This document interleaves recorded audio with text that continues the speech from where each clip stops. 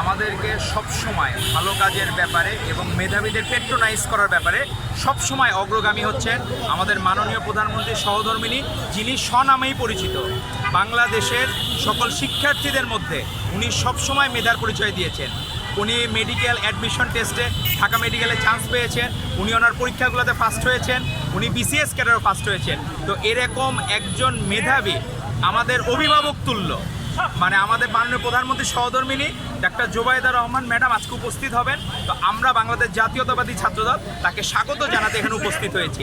আজকে উনি এখানে বৃক্ষরোপণ করবেন, শহীদ রাষ্ট্রপতি জিয়াউর রহমান বীরুত্তমের শাহাদাত বার্ষিকী আলোচনা সভায় অংশগ্রহণ করবেন এবং উনি তরুণ বিজ্ঞানী, ক্ষুদে বিজ্ঞানীদের খোঁজে। তো এইভাবে যে মেধাবীদের পেট্রোনাইজ করা যায়, সব সময় দেখবেন যে মেধাবীদের পেট্রোনাইজ করার দল হচ্ছে, এটা শুরু হয়েছিল শহীদ রাষ্ট্রপতি জিয়াউর রহমান বীরুত্তমের আমল থেকে। উনি হিজবুল বাহার নামে একটি নৌবিহার আয়োজন করেছিলেন, নৌযাত্রার আয়োজন করেছিলেন মেধাবীদের শিক্ষার্থীদের নিয়ে।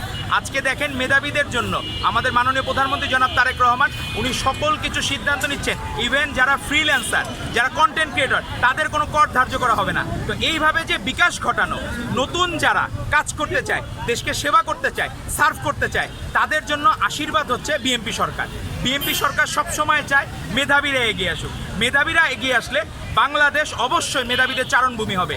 আর কোনো মেধাবীরা দেশের বাইরে যাবে না, ব্রেন ড্রেন হবে না। আর 5 বছরে 25 কোটি বৃক্ষরোপণের যে এজেন্ডা, সেটাকে বাস্তবায়নের জন্যই আজকে এখানে বৃক্ষরোপণ কর্মসূচি উদ্বুদ্ধ করবেন, যাতে সকলেই বৃক্ষরোপণ করে। আর বৃক্ষরোপণের জন্য সবচেয়ে উপযুক্ত সময় হচ্ছে বর্ষাকাল। তো বর্ষাকালে বৃক্ষরোপণের জন্য আমরা চেষ্টা করব প্রত্যেকে যার যার জায়গা থেকে।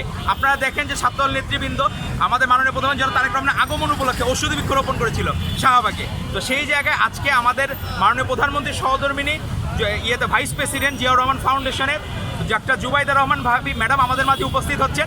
আমরা চাই উনি যে উদ্বুদ্ধ করে যাবেন ক্ষুদে বিজ্ঞানীদের এবং বৃক্ষরোপণ কর্মসূচির, এর মাধ্যমে বাকি ধারাবাহিকতা অব্যাহত থাকবে এবং আমরা চেষ্টা করব প্রত্যেকে যার যার জায়গা থেকে সহযোগিতা করার জন্য। ধন্যবাদ আপনাদেরকে।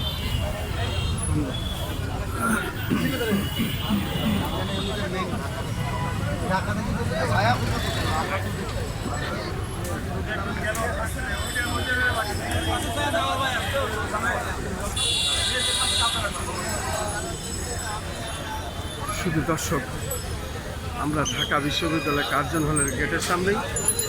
আমরা সকাল থেকে এসেছি, ভিতরে গিয়েছি, আবার বাইরের বিষয়টি আমরা প্রচার করছি। আমরা দেখতে পাচ্ছি ছাত্র দলের ছাত্র নেতাদের বিভিন্ন সাক্ষাৎ আমরা গ্রহণ করছি এবং ছাত্র নেতারা তাদের অভিজ্ঞতার কথা বললেন, তারা বক্তব্য দিচ্ছেন এবং তারা এখানে মুহুর্মুহু স্লোগান দিচ্ছেন। পাশাপাশি আমরা দেখতে পাচ্ছি